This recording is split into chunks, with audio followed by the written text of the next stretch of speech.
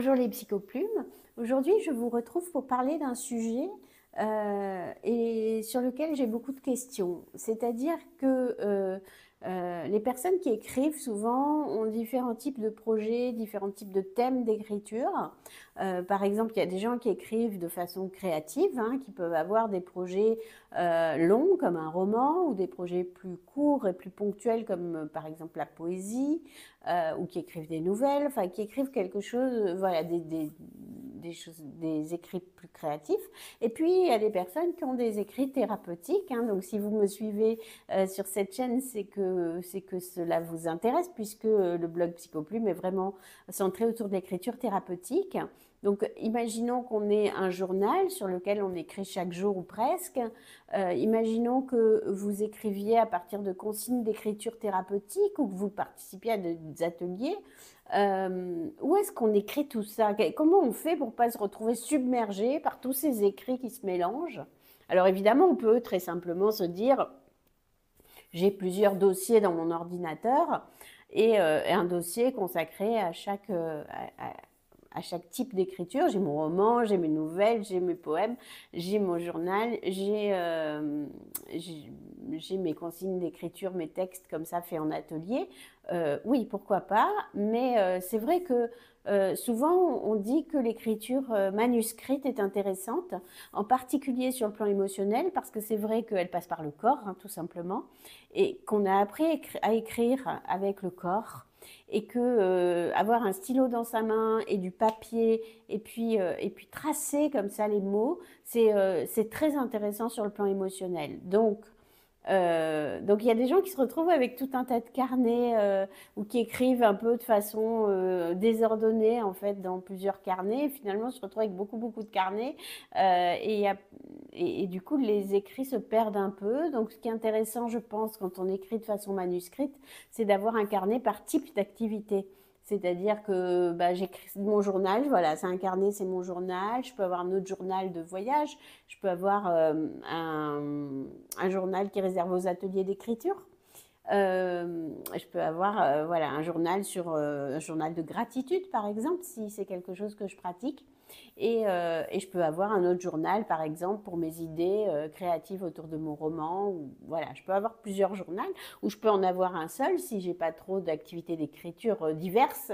Voilà, je peux choisir de tout écrire dans le même. Il y a des gens qui préfèrent avoir un classeur avec des intercalaires et d'écrire sur des feuilles volantes et ensuite de classer un peu les choses.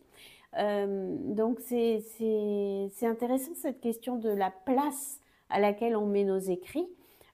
Évidemment, il y a beaucoup d'applications aujourd'hui. Il y a des gens qui écrivent leur journal dans des applications. Ça peut être Notion, ça peut être journal de Apple, ça peut être... il y a plein d'applications, hein, ou sinon, voilà, j'écris de façon manuscrite. Et c'est intéressant cette question de la place à laquelle j'écris les choses, parce que ça peut aussi nous faire parler du temps dans lequel j'écris les choses. C'est-à-dire que c'est vrai que, par exemple, le journal, je peux me dire, je l'écris quand je me réveille, je prends 15 minutes, j'écris tous les matins. Et puis mon roman, je l'écris 1 heure par jour ou 1 heure tel et tel jour parce que j'ai un peu de temps. Donc c'est pas mal aussi de vraiment circonscrire l'espace dans lequel j'écris, le carnet, l'ordinateur, le document, et de circonscrire aussi le temps. J'écris quand, quoi. Hein, donc, quand est-ce que je me mets à de l'écriture thérapeutique avec une recherche autour de moi-même, de mes propres envies de mieux me connaître et de progresser sur certains aspects, et à quel moment je me mets à un projet d'écriture plus créatif. Donc pour lutter contre la procrastination, c'est intéressant un peu d'ordonner tout ça et de se dire, ok, dans ma semaine, voilà, je consacre quel temps à l'écriture. Donc effectivement, pour ma part, hein, je consacre au moins 1 heure par jour à l'écriture de mes romans, plus un temps d'écriture plus thérapeutique chaque jour, plutôt le matin. Voilà, ça c'est ma propre pratique. Après, effectivement, moi j'accompagne des personnes qui sont dans mes programmes et qui font sur 6 mois un gros travail d'écriture thérapeutique.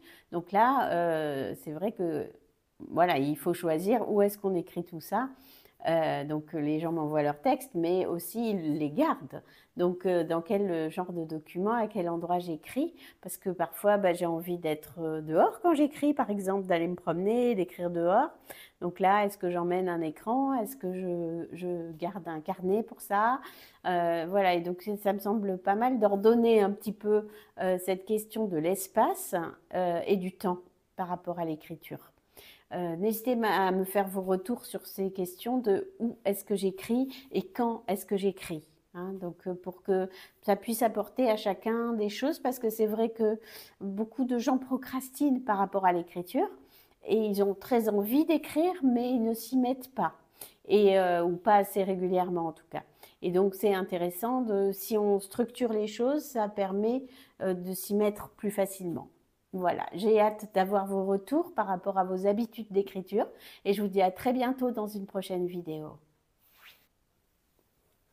Bonjour les psychoplumes, aujourd'hui je vous retrouve pour parler d'un sujet et sur lequel j'ai beaucoup de questions. C'est-à-dire que les personnes qui écrivent souvent ont différents types de projets, différents types de thèmes d'écriture. Par exemple, il y a des gens qui écrivent de façon créative, hein, qui peuvent avoir des projets longs comme un roman ou des projets plus courts et plus ponctuels comme par exemple la poésie. Ou qui écrivent des nouvelles, enfin qui écrivent quelque chose, voilà, des écrits plus créatifs. Et puis il y a des personnes qui ont des écrits thérapeutiques, hein, donc si vous me suivez sur cette chaîne, c'est que cela vous intéresse, puisque le blog Psychoplume est vraiment centré autour de l'écriture thérapeutique. Donc, imaginons qu'on ait un journal sur lequel on écrit chaque jour ou presque. Imaginons que vous écriviez à partir de consignes d'écriture thérapeutique ou que vous participiez à des ateliers. Où est-ce qu'on écrit tout ça? Comment on fait pour ne pas se retrouver submergé par tous ces écrits qui se mélangent? Alors, évidemment, on peut très simplement se dire, j'ai plusieurs dossiers dans mon ordinateur et un dossier consacré à chaque type d'écriture. J'ai mon roman, j'ai mes nouvelles, j'ai mes poèmes, j'ai mon journal, j'ai mes consignes d'écriture, mes textes comme ça faits en atelier. Oui, pourquoi pas, mais c'est vrai que souvent on dit que l'écriture manuscrite est intéressante, en particulier sur le plan émotionnel, parce que c'est vrai qu'elle passe par le corps, hein, tout simplement, et qu'on a appris à écrire avec le corps, et que avoir un stylo dans sa main et du papier et puis tracer comme ça les mots, c'est très intéressant sur le plan émotionnel. Donc il y a des gens qui se retrouvent avec tout un tas de carnets ou qui écrivent un peu de façon désordonnée en fait dans plusieurs carnets. Et finalement, se retrouvent avec beaucoup de carnets et du coup les écrits se perdent un peu. Donc ce qui est intéressant, je pense, quand on écrit de façon manuscrite, c'est d'avoir un carnet par type d'activité. C'est-à-dire que j'écris mon journal, voilà, c'est un carnet, c'est mon journal. Je peux avoir un autre journal de voyage. Je peux avoir un journal qui est réservé aux ateliers d'écriture. Je peux avoir voilà, un journal un journal de gratitude, par exemple, si c'est quelque chose que je pratique. Et je peux avoir un autre journal, par exemple, pour mes idées créatives autour de mon roman.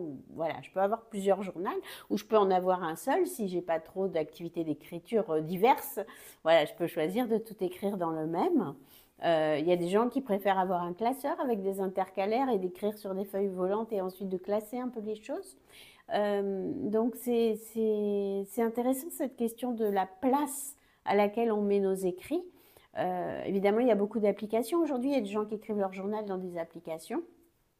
Ça peut être Notion, ça peut être Journal de Apple, ça peut être... il y a plein d'applications. Hein, donc, ou sinon, voilà, j'écris de façon manuscrite. Et c'est intéressant cette question de la place à laquelle j'écris les choses, parce que ça peut aussi nous faire parler du temps dans lequel j'écris les choses. C'est-à-dire que c'est vrai que, par exemple, le journal, je peux me dire, je l'écris quand je me réveille, je prends 15 minutes, j'écris tous les matins. Et puis mon roman, je l'écris 1 heure par jour ou 1 heure tel et tel jour parce que j'ai un peu de temps. Donc c'est pas mal aussi de vraiment circonscrire l'espace dans lequel j'écris, le carnet, l'ordinateur, le document, et de circonscrire aussi le temps. J'écris quand, quoi. hein. Donc, quand est-ce que je me mets à de l'écriture thérapeutique avec une recherche autour de moi-même, de mes propres envies de mieux me connaître et de progresser sur certains aspects, et à quel moment je me mets à un projet d'écriture plus créatif.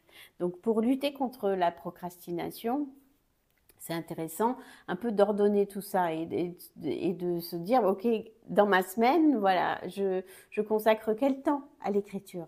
Donc, effectivement, pour ma part, hein, je consacre au moins 1 heure par jour à l'écriture de mes romans, plus un temps d'écriture plus thérapeutique chaque jour, plutôt le matin. Voilà, ça c'est ma propre pratique. Après, effectivement, moi j'accompagne des personnes qui sont dans mes programmes et qui font sur 6 mois un gros travail d'écriture thérapeutique. Donc là, c'est vrai que voilà, il faut choisir où est-ce qu'on écrit tout ça. Donc les gens m'envoient leurs textes, mais aussi ils les gardent. Donc dans quel genre de document, à quel endroit j'écris, parce que parfois j'ai envie d'être dehors quand j'écris, par exemple d'aller me promener, d'écrire dehors. Donc là, est-ce que j'emmène un écran? Est-ce que je garde un carnet pour ça? Voilà, et donc ça me semble pas mal d'ordonner un petit peu cette question de l'espace et du temps par rapport à l'écriture. N'hésitez à me faire vos retours sur ces questions de où est-ce que j'écris et quand est-ce que j'écris. Hein, donc pour que ça puisse apporter à chacun des choses, parce que c'est vrai que beaucoup de gens procrastinent par rapport à l'écriture et ils ont très envie d'écrire, mais ils ne s'y mettent pas, ou pas assez régulièrement en tout cas. Et donc c'est intéressant, si on structure les choses, ça permet de s'y mettre plus facilement. Voilà, j'ai hâte d'avoir vos retours par rapport à vos habitudes d'écriture et je vous dis à très bientôt dans une prochaine vidéo.